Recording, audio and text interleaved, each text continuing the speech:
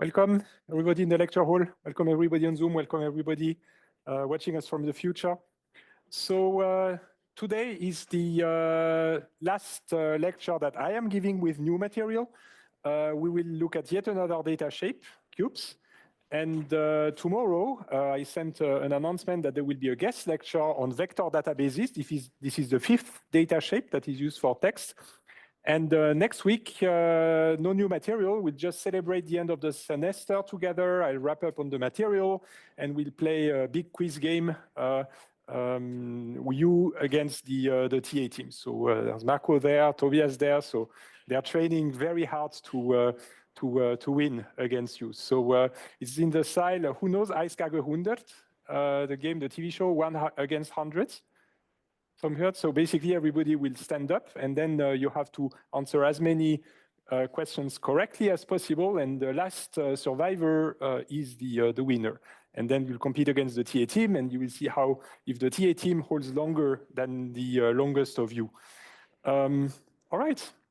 So this is for next week. So if you hear us on Zoom, please come in presence if you can, because it's so much nicer to be in presence. And if you win, then you get the prize also here physically. So, okay, so let's go into data cubes now.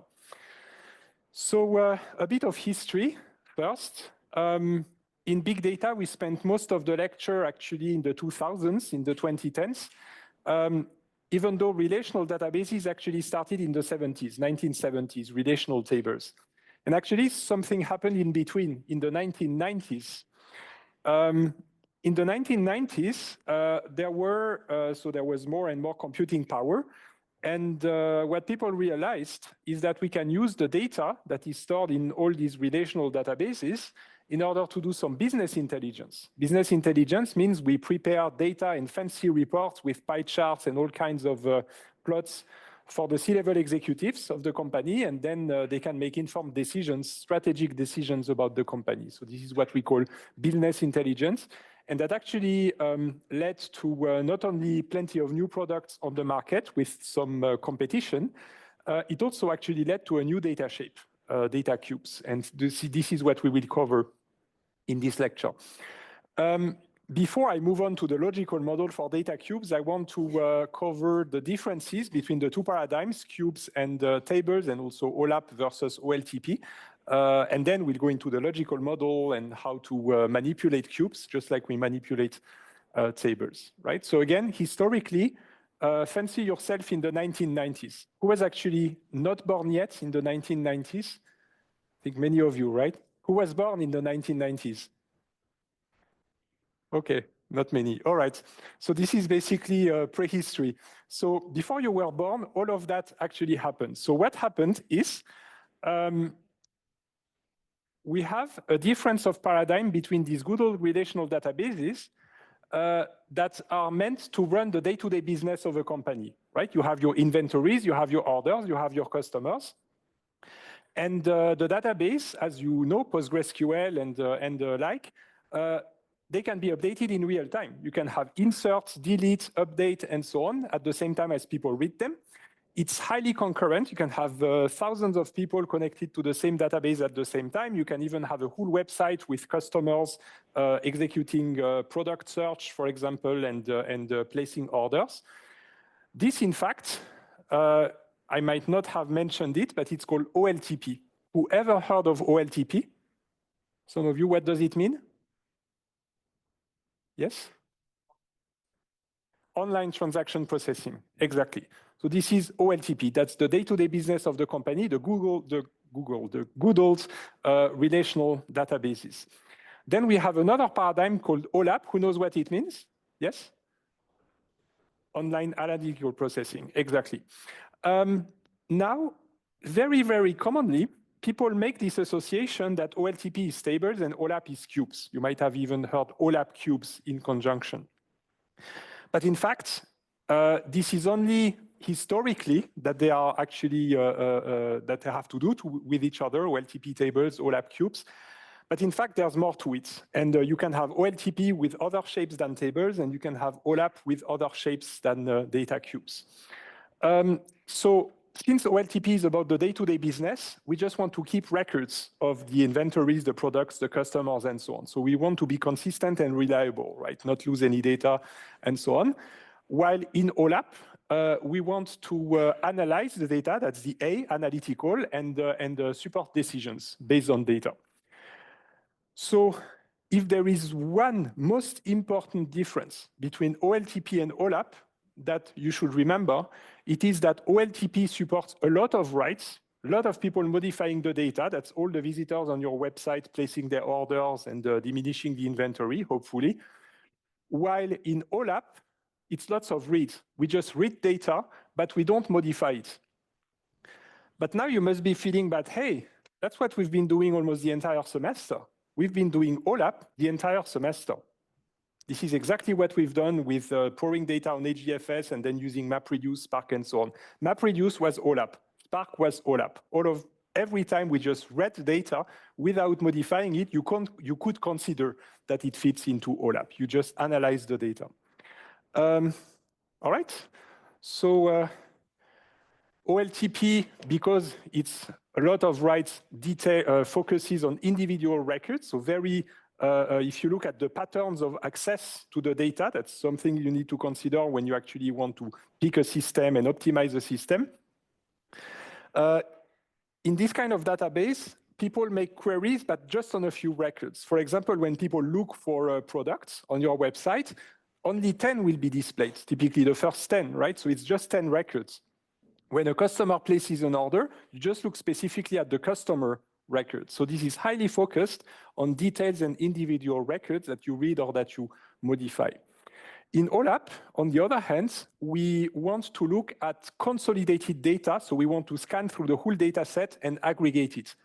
Again, that should ring a little bit of a bell because this is kind of MapReduce and Spark. They kind of do this, right? You scan the entire data, you shuffle it around, and then you basically extract some derived data set from there, right? So, and the goal of OLAP is to then extract something that you can use to do your fancy reports that look a little bit like this. This was pre-ChatGPT, by the way. This was not done by generative AI, but by an actual human who is credited above. All right. So OLTP, I repeat, is a lot of small portions of data, specific places we look at, while in OLAP, we love to join the data to massively aggregate it on very large quantities. And we have very heavy queries, not just point queries that just look up a record. Okay? That has consequences. It means that in OLTP, if you want to keep associating features of the two, in OLTP, things are usually instance. And with instance, I mean a few milliseconds, right? Within a few milliseconds, you can look up queries. Even if you have 1 billion records, a few milliseconds are enough to locate one of the records, if you have indices, of course. We studied indices in MongoDB, by the way. And MongoDB is OLTP if you use MongoDB for storing and writing information. All right, OLAP, on the other hand, is slow interactive in the sense that you don't get an answer within milliseconds. It might take a few minutes, a few hours, or even a few days. You might remember when I said with MapReduce can be a few hours until you can come back because it needs a lot of time to actually aggregate that data. So it starts with a few minutes. Some people can even run OLAP queries in Excel or spreadsheet software. They support some connectors to this kind of databases, but you need to wait. You press a button, then it takes a bit of time until the data is displayed, right? So much slower than OLTP. Now, I'm also connecting this to normal forms, data normalization, data denormalization. Because since in OLTP we want to write a lot of data and we keep updating it, then normal forms are important. You remember that normal forms are because we want to avoid update anomalies, insertion anomalies, and deletion anomalies, right? So if we want to modify the data a lot, we need to keep the high normal forms, third normal form, Boyce code normal form, and nicely spread the data over multiple tables where each table does its thing, right? Table for products, table for customers, and so on. Because we want consistency. But in OLAP, when we read a lot of data, we don't care to keep it consistent. We don't even modify the data. If it's consistent at the beginning and you don't modify it, then it remains consistent. So it means that we don't care about consistency. We can denormalize the data. Remember that denormalizing the data means you pre-compute the joins in a way. Denormalizing the data means joining the tables into bigger tables, and these tables then are no longer in a high normal form. That means, of course, when you do this, that you get redundancy, because when you start joining tables and denormalizing tables, a lot of values are going to repeat all over the place, right? You're going to have functional dependencies, but we don't care. And in fact, this is, again, something that I've repeatedly said that we don't care in Spark or MapReduce. We just have a data set. It can even be so denormalized that it's even nested, right? Not even in the first normal form. So this is, again, the idea that if you write a lot, you need to keep the data in a high normal form. But if you don't modify the data, then you denormalize it, and that gives you more flexibility because the joins are pre-computed, right, on a high level. Okay, who is with me? All right. Now, you can try as an exercise to just go over what we've done during the semester and try to classify it as OLTP, OLAP, right? PostgreSQL, that was OLTP. MapReduce, Spark, that was OLAP. MongoDB, I said it was mostly OLTP if you modify the data, access the data, use indices. But if you remember the framework, the aggregation framework of MongoDB, you could argue that it's also OLAP, right? If you use that aggregation framework that resembled a little bit of Spark, right? So you can basically use this spectrum between OLTP and OLAP.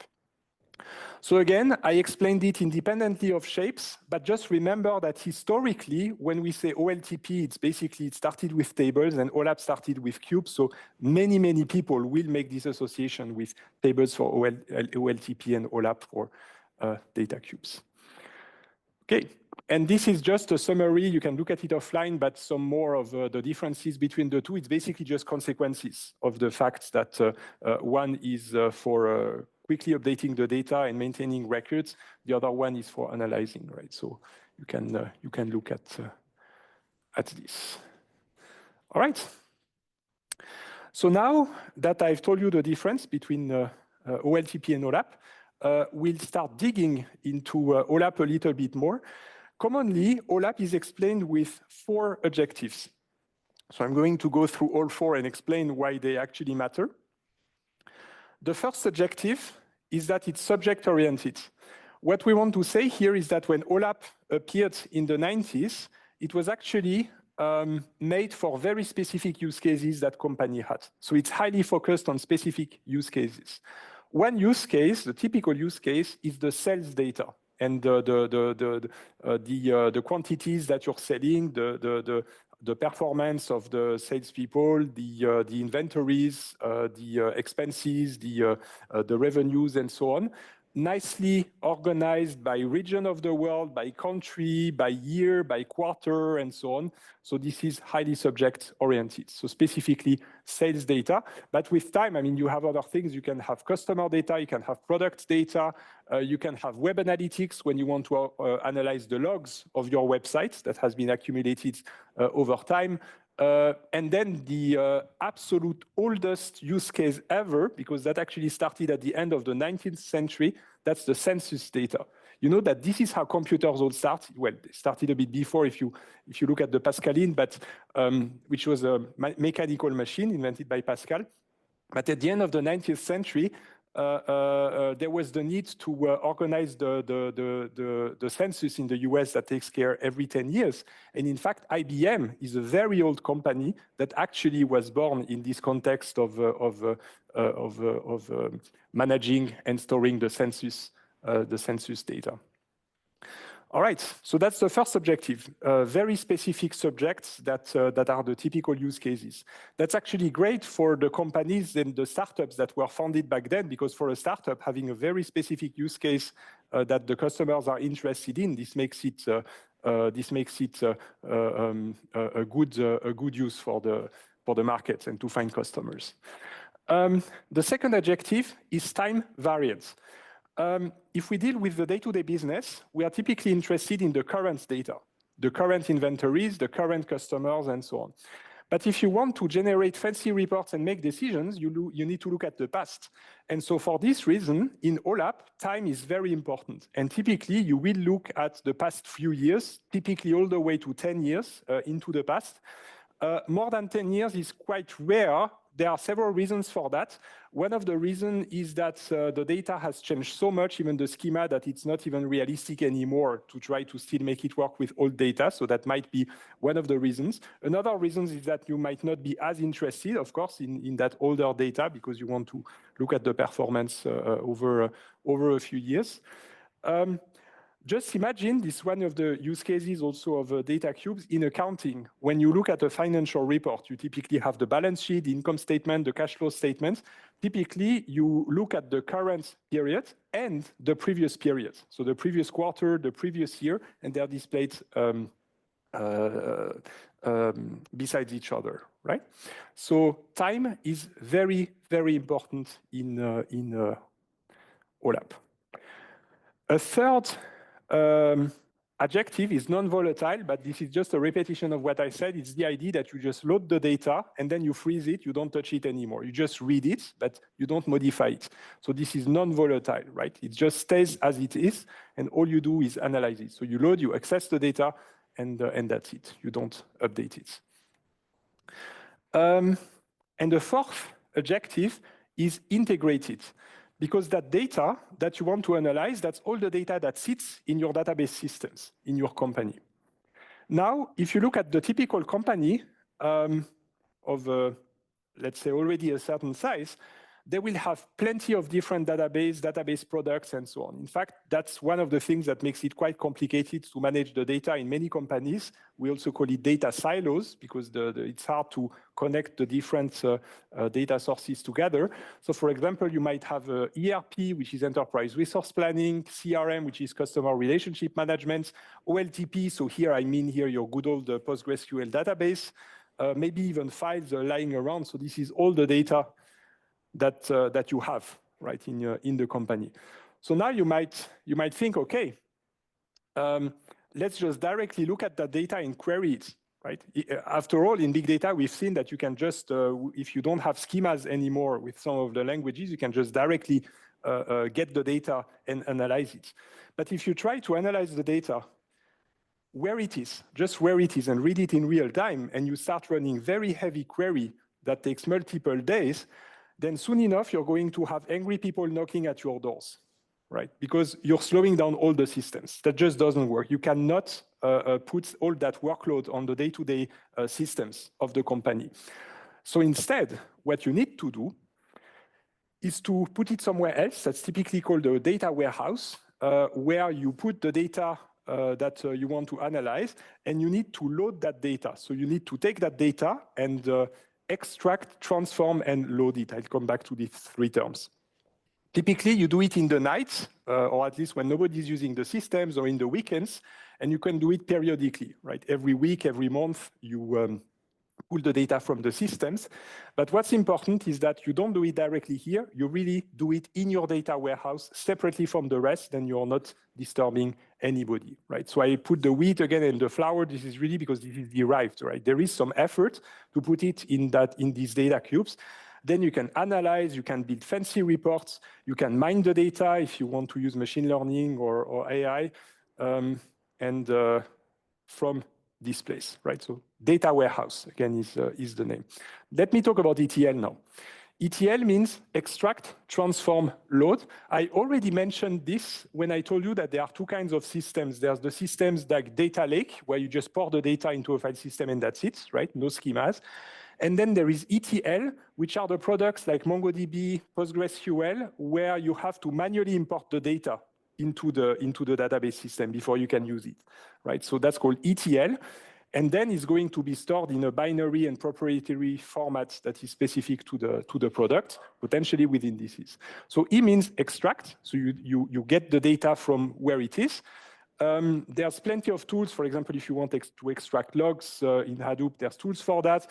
You need to basically build gateways between the systems. So a gateway that basically regularly pours the data from your day-to-day business system into the warehouse.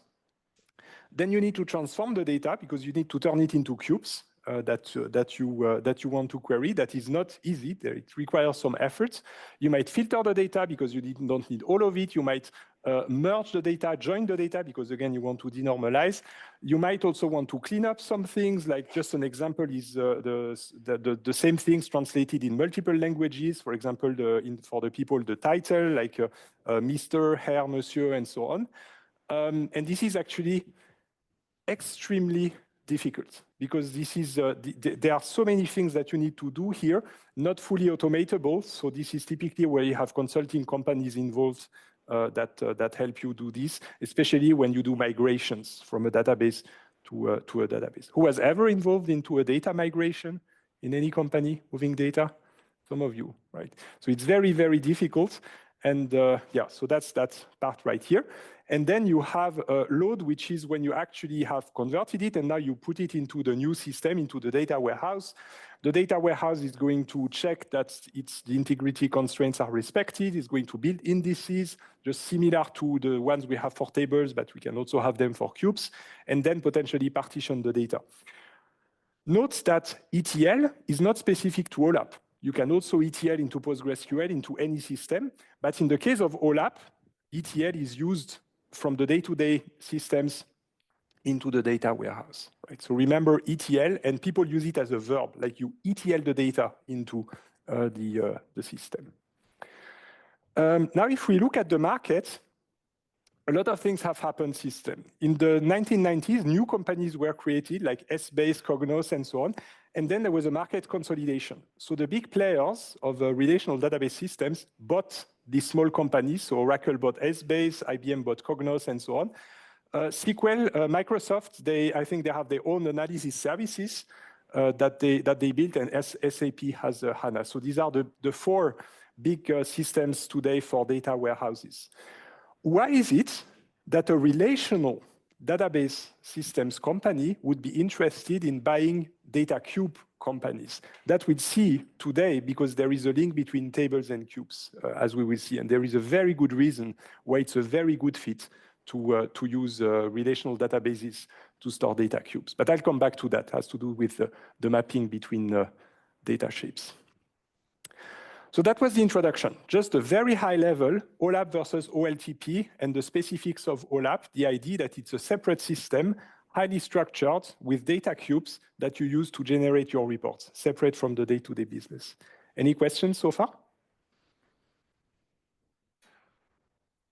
No? Zoom, neither?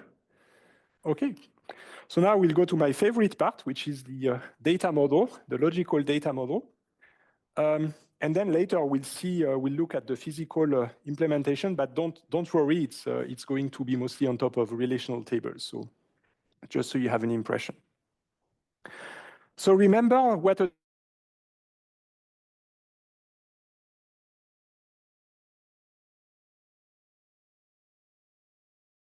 mathematically elegant and simple framework.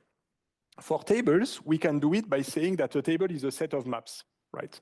Then you can say the maps have the same supports. You might have domain integrity, relational integrity, and so on. So tables can be sets of maps. They have rows, they have columns.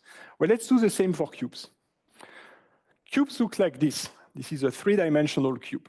So the idea is that you have dimensions. Here I have the year, maybe 2025, 24, 23, 22. Then you have the products. Maybe these are the servers, the TVs, the smartwatches, and so on. Then you have the country. If it's, let's say it's Switzerland, Germany, Austria, which is called DACH, so DACH, right? So what happens is that every one of these dimensions might take on specific values. That's called a member. So there's the 24 member, the 23 member, the 22 member. These are the members of the dimensions. And when you take a combination of these members, for example, the year is 24, the product is server, and the country is CH, this intersection, this combination gives you a specific location in the cube. And I highlighted one of them. This is a cell in the cube. It's also called a fact. And typically, there's a number in there, in each one of these cells. And that fact tells me that in Switzerland in the year 2024, I sold 7 servers. Is that clear for everybody? right? So imagine that every one of these little cells has some value in it, and that tells you in which country, in which year, and for what kind of product, the associated quantity, right? So typically, these cubes are dense, right? It's not very sparse. There's a number in pretty much every cell. In most of the cases, could be 0, of course, but you should see it as something dense. Now, these are 3 dimensions here. It could be 4, 5, 6, 10. It can be more. Most of you did linear algebra, so it shouldn't surprise you that we can have more dimensions in there. It's just that, of course, it becomes difficult to visualize. Even 3 dimensions is not very natural because I had to project that into 2 dimensions, right? But luckily, there are alternate representations of cubes that we can use for our human brains that have a hard time visualizing more than 2 dimensions or 3. So the dimensions can be of plenty of different types, but there are a few standard dimensions that you typically have. One of them is time, the period. So the year, the month, the quarter, and so on. Another one is who. So that could be, in my examples, the salespeople, like the sales team, and every person in the sales team is a member of the salespeople dimension. It could also be who in the sense of an entity. For example, if you consider the data cubes containing financial data that must be submitted in the US to the Securities and Exchange Commission, then who will be the company? Can be Apple, can be Google, can be Meta, can be NVIDIA, and so on, right? So this is also an important dimension. Another dimension could be where, the geographic location. Can be Germany, Europe, the whole world, specific Gemeinde, specific town, right? So we have a geographic dimension, and you have numbers for every location, right? Very useful if you want to consolidate the data worldwide, if you are a multinational company and you want to have an overview in every country of what the data looks like. Then there is the currency, which can be a dimension, US dollars, euros, rupees, Swiss francs, and so on and so on. All right, and many, many more. It's not limited to this, but these are just a few of the common examples. I forgot what. What is also an important dimension. What can express what you are actually measuring. So in accounting data cubes, that could be revenues, expenses, assets, non-current assets, equity, liability, and so on. All of that are what dimensions, right? And then it makes sense that if you have, for example, for a very specific thing, like the revenues in 2024 in Switzerland of let's say, Digitec Galaxus in Swiss francs, then you have an associated value with that. Okay? So now, as I said, this is a bit complex for our human brain, but that's no problem at all because we can just construct it like this. Imagine a little baby, 2 years old, that just collapses the entire cube and repiles everything up, as a tower. What you get is a facts table. So you basically have every row that is one cell, and you can see that Germany 22 Peter, that's $1,000, Germany 22 Mary, that's $2,000, and so on. So this is a cell of dimension 2 by 2 by 2. How do I see that? There are 2 members here, Germany and Switzerland. Here we have 21 and 22. Here we have Peter and Mary. So 2 times 2 times 2 gives me 8 possible combinations. Who sees this as a 2 by 2 by 2 cube? Right. Very good. And of course, if there's more dimensions, that is much easier because then we just add columns. And it's much easier to add a column to a table like this than to try to imagine 4 or 5 dimensions. Okay, now let me slightly change the cosmetics. So this is how accountants do it when they have their data cubes. They like to add these little square bracket things that says this is a member of the location dimension. These are members of the period dimension. These are members. In the US, they also call a dimension an axis. This is the spirit, pivoting, as we will see later. Do we have a question? Yeah. So I know we're talking about cubes, so we should have n by n dimension, but I thought like it's hard to have the same number of years as salesperson, for instance. Oh, no, it doesn't have to. It doesn't have to. You can have 3 years, 2 salespeople. So dimensions do not need to be the same. Absolutely not. Right. Yeah, absolutely. It's just an example because that's the simplest cube that I could have is 2 by 2 by 2. You can have a 2 times 3 times 8 cube without any problem. There is absolutely no constraint here. Thank you. Yeah. Thank you for the clarification. All right. So this is the same thing. You notice that I moved over the dollars to a specific column here.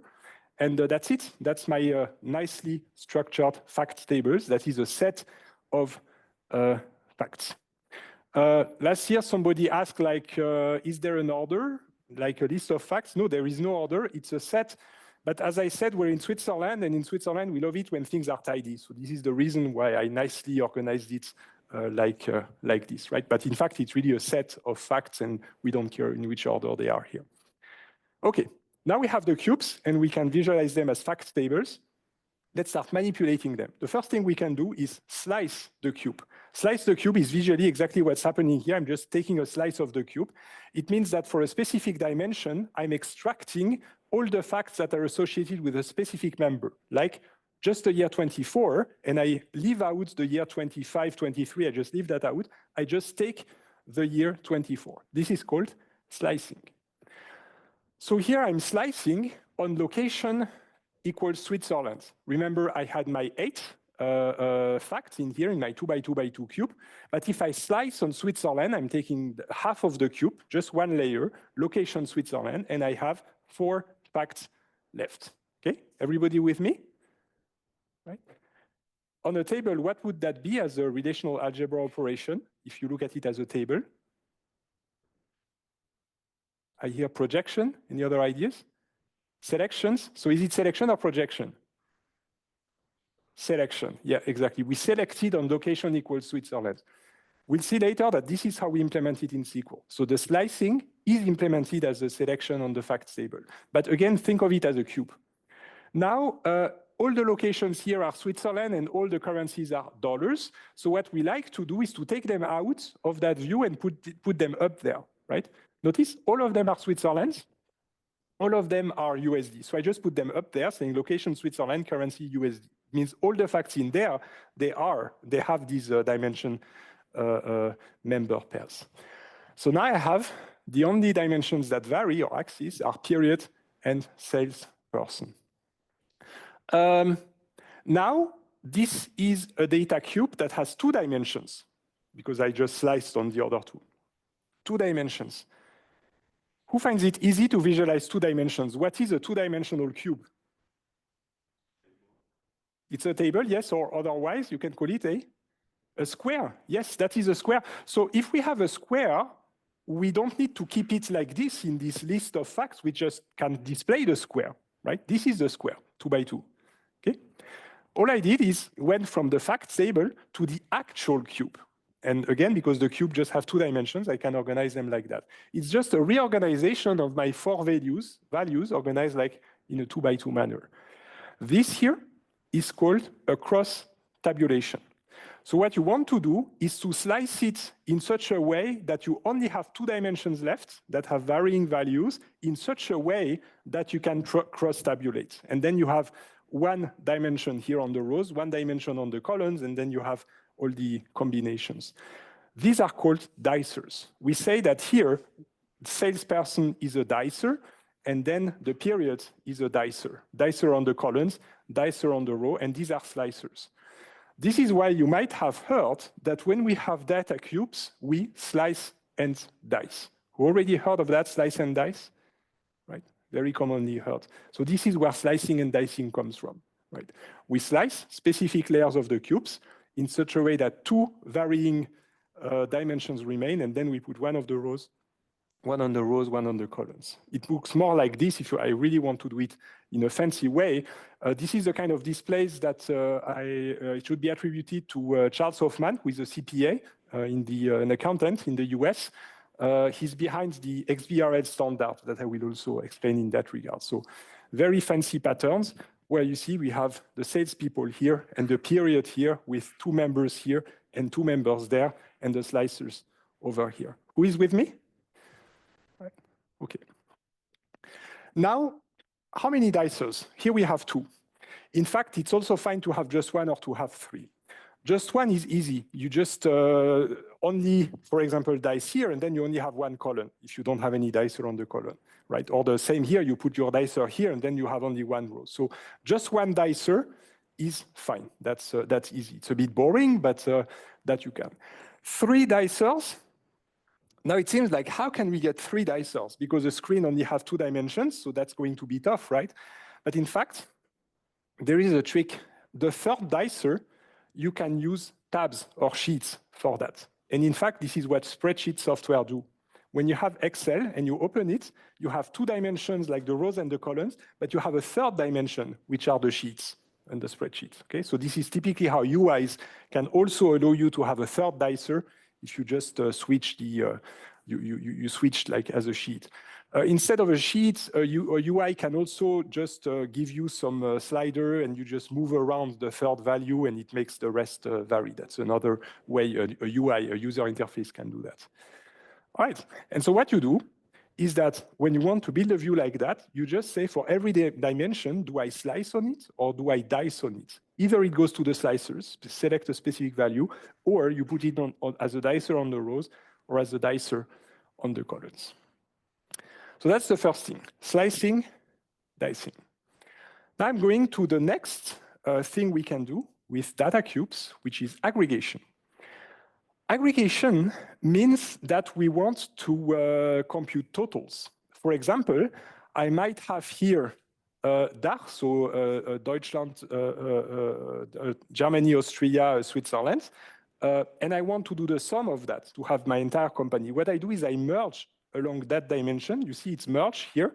And so I go from 3D to 2D. What I did is that I squeezed the cubes along that dimension, just computing totals. That is called an aggregation, right? Let's do it on actual data. So let's aggregate here exactly along the location. So let's sum up Germany and Switzerland. What that means is we need to be careful. We need to aggregate what matches. So I'm going to aggregate here 22 Peter with 22 Peter, right? So I want to aggregate that row with that row, Germany plus Switzerland. And I'm going to get 1,000 plus 5,000 gives me 6,000, okay? If I put colors in there, this is what goes with what. So in yellow, you have 22 Peter. In red, you have 22 Mary. In blue, you have 21 Peter. And in green, you have 21 Mary. And we just want to compute the sum within each color. For whom is that clear? Who visualizes the 2 by 2 by 2 cube, and I just squeeze on one of the dimensions like this. This is what we are doing. Who sees that in 3D? Okay, many of you. Otherwise, we can think about it. This is essentially what we're doing. And if I want to do it, the squeeze, I just press that button. It's going to squeeze my cube from a 2 times 2 times 2 into just 2 times 2. There, right? Here, I have now 6,000. That's the yellow. The red gives me 2 plus 6. That's 8,000. The blue 3 plus 7 gives me 10. And the green 4 plus 8 gives me 12. I squeezed it into just 2 times 2. Look at what happens to my location. Now it's the whole world. I'm not saying it's just Germany and Switzerland is the whole world, right?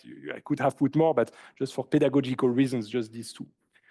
Now, we've already done that before. Location is always world in there. Currency is always USD. Let's just move them up to the top, right? So location is the world, currency is USD. Now you can see when you aggregate like that, you can then, it's kind of slicing on the world, right? You basically take the entire world, but sliced over that. You just look at the aggregated value and you ignore the details of Germany or Switzerland.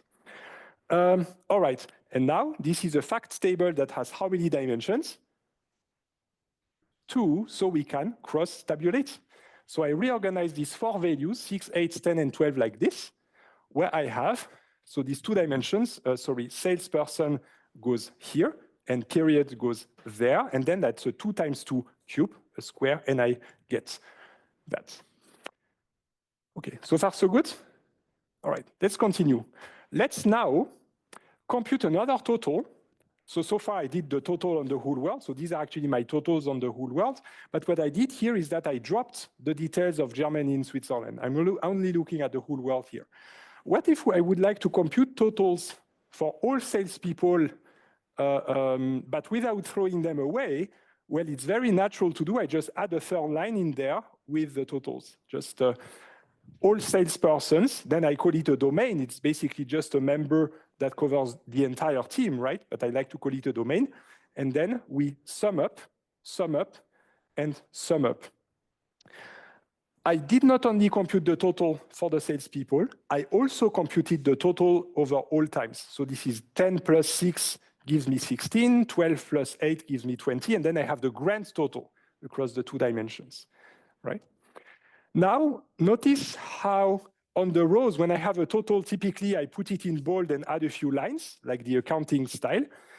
And if I want to do a total on the columns, then you do it with an L shape. Do you see that this is an L shape, this cell here, right? If you look carefully, this is an L, goes down. So typically you merge all the way. And in this way, you display very intuitively that this, in fact, is the entire domain, right? You have here the totals of all times. For whom is that here? All right, so it's just a 2x2 grid with subtotals on the rows, subtotals on the column, and a grand total on the bottom right, up there, down there. All right. Okay, so now what that tells me is that if I look at dimensions, they have members, but these members are not flat, or they don't have to be flat. They are, in fact, organized in hierarchies, trees, again, trees. And indeed, in fact, a dimension hierarchy is a tree. So the most obvious one is the locations. You have the world, then you have Europe, Asia, then in Europe you have Switzerland and Germany. In Switzerland you have Zurich, Geneva, Interlaken, and so on. So you can have a whole hierarchy of continents, countries, regions, cantons, towns, Kreis, and so on and so on. For whom is that here? Right?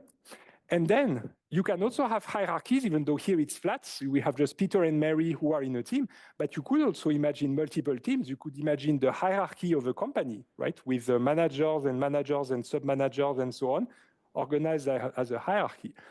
The same for the times. Here I just put years, but the years can be subdivided in quarters, subdivided in months, and so on and so on. So you also get hierarchies. So this is the idea. And that is part of the model. In OLAP cubes, you do have hierarchies in the dimensions, right? Now, here it was a flat hierarchy where you just have 2 values and the sum and 2 values and the sum. So if I want to generalize this to now a whole hierarchy of countries, and I want to do it on the columns, this is the beautiful view that I get out of that. Who understands this view?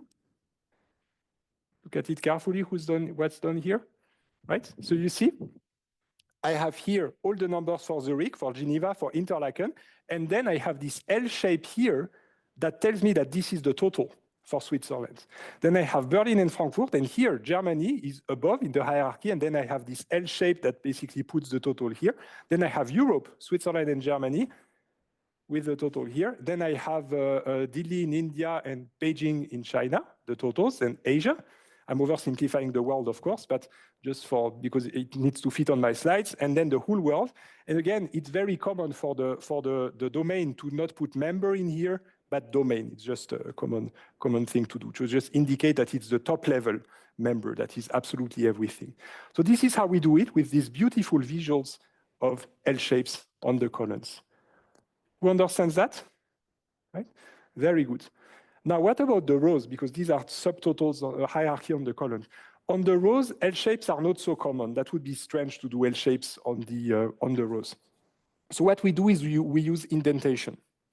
And this is basically what accountants have been doing for thousands of years, right? So you have this whole hierarchy with Zurich, Geneva, Interlaken, then Switzerland, Berlin, Frankfurt, Germany, and you use these lines to basically show the totals.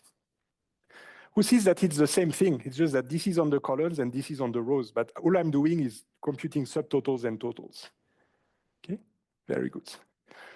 Now I use the sum, but obviously you can also use mean, max, count, average. I mean, there's plenty of aggregations that you can use other than sum, right? All right. Okay. Now it's going to be the break, and I'm going to finish on that over the break. There is one nice thing that we can do, which is called a roll-up.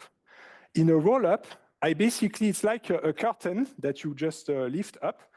What if we don't care about the cities? We just want to see the countries. I can do that. What if we don't care about the countries? Just the continents. I just remove data from the view. And now the whole world. This is called roll-up. The opposite is called drill down. So here I'm drilling down, and here I'm rolling up. For whom is that clear? Very good.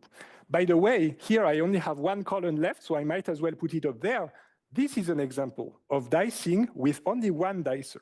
Now I'm only dicing on salespeople, but I don't have any dicer on the columns anymore. Okay? That's the break, perfect timing. So I'll see you in 15 minutes, and then we'll look at the SQL implementation. Thank you.